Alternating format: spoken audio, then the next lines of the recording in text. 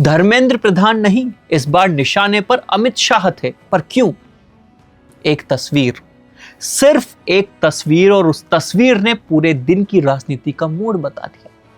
Bhubaneswar airport पर भारी भीड़, हाथों में पोस्टर और नारे लग रहे थे, आवर लीडर आर हीरो।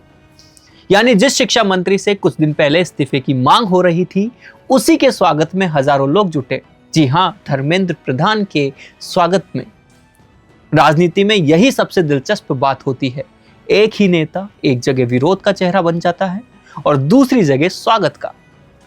लेकिन असली कहानी भुवनेश्वर में नहीं, दिल्ली में लिखी जा रही थी, संसद के भीतर, जहां परीक्षा सुधार और नकल विरोधी कानून पर चर्चा हो रही थी।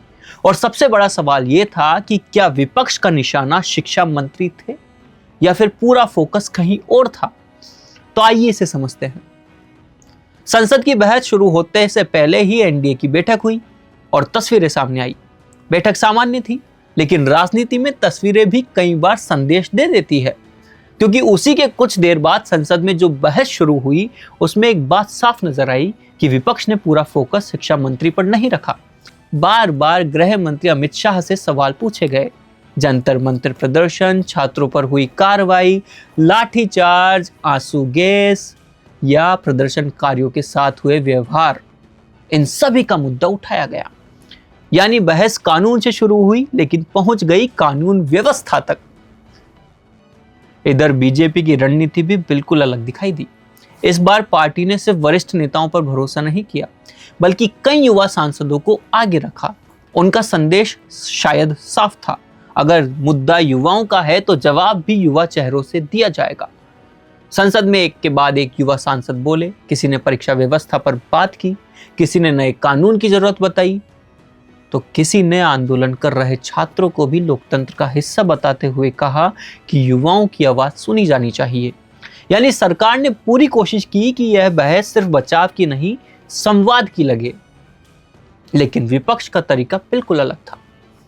उन्होंने सवाल उठाया कि अगर छात्रों की चिंता थी तो विरोध प्रदर्शन के दौरान इतने बल का प्रयोग आखिरकार क्यों हुआ?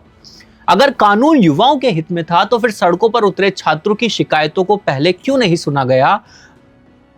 यानी विपक्ष का पूरा नैरेटिव कानून से ज्यादा उस आंदोलन के इर्द गिर्द घूमता रहा, जिसने पूरे देश का ध्यान अपनी तरफ खींच लिया।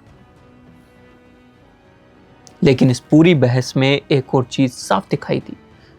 आज की राजनीति सिर्फ शब्दों से नहीं चलती, भाषा बदल चुकी है, और वो है सोशल मीडिया की भाषा, मीम्स की भाषा और जेनजी की भाषा अब संसद तक पहुंच चुकी है। युवा सांसदों ने अपने भाषणों में ऐसे शब्द इस्तेमाल किए जो शायद कुछ साल पहले संसद में सुनाई ही नहीं देते थे। साफ दिख रहा था कि अब राजनीतिक दल सिर्फ कानून नहीं बेच रहे, वे अपनी भाषा भी बदल रहे हैं, क्योंकि उन्हें पता है कि आज का युवा सिर्फ भाषण नहीं सुनता, वह कनेक्शन ढूंढता है। लेकिन एक सवाल यहां भी खड़ा होता है कि क्या सिर्फ भाषा बदलने से भरोसा बन जाएगा? क्या नए शब्द, नई स्टाइल और सोशल मीडिया वाली प्रस्तुति युवाओं की नाराजगी कम कर देगी? या फिर आखिर में युवा वही पूछेगा कि परीक्षा समय पर होगी भी या नहीं, पेपर लीक रुकेगा भी या नहीं, भर्ती होगी भी या नहीं? क्योंकि शब्दों की उम्र छोटी जरूर होती है, लेकिन रिजल्ट की उम्र बहुत लंबी। और इसी बीच एक और दिलचस्प बात सामने आई। सत्ता पक्ष और विपक्ष दोनों बार बार युवाओं की बात कर रहे थे। दोनों खुद को छात्रों का सबसे बड़ा साथी बता रहे थे। दोनों कह रहे थे कि युवाओं के भविष्य के लिए वे लड़ रहे हैं। लेकिन सवाल वही है कि अगर दोनों ही युवाओं के साथ है, तो फिर सालों से पेपर लीक, भर्ती में देरी और परीक्षा व्यवस्था पर सवाल खत्म क्यों नहीं हुए? यही वह सवाल है जिसका जवाब किसी एक दल के पास नहीं है। आज संसद में बहस सिर्फ एक कानून पर नहीं थी, ये भरोसे पर बहस थी। क्या नया कानून पेपर लीक रोकेगा? क्या एजेंसियों की जवाबदेही तय होगी? क्या छात्रों का विश्वास वापस आएगा? या फिर कुछ महीनों बाद किसी नई परीक्षा, किसी नए पेपर लीक और किसी नए आंदोलन पर फिर वही बहस होगी? इस पूरे घटनाक्रम से एक बात जरूर समझ आती है कि राजनीति अब युवाओं को सिर्फ वोटर नहीं मान रही। हर दल जानता है कि जिसने युवाओं का भरोसा जीत लिया, वो आने वाले चुनावों का नैरेटिव भी तय करेगा। इसलिए संसद के अंदर भाषण हो रहे हैं और संसद के बाहर संदेश दिए जा रहे हैं। लेकिन आखिर में फैसला किसी भाषण से नहीं होगा। फैसला उस दिन से होगा जिस दिन कोई छात्र परीक्षा देकर घर लौटे और उसे ये भरोसा हो कि इस बार उसकी मेहनत किसी पेपर लीक से नहीं हारेगी। अपना पॉडकास्ट शुरू करना चाहते हैं और चाहते हैं कि पहले दिन से उसे लाखों लोग देखें, तो अब ये पॉसिबल है जयपुर में।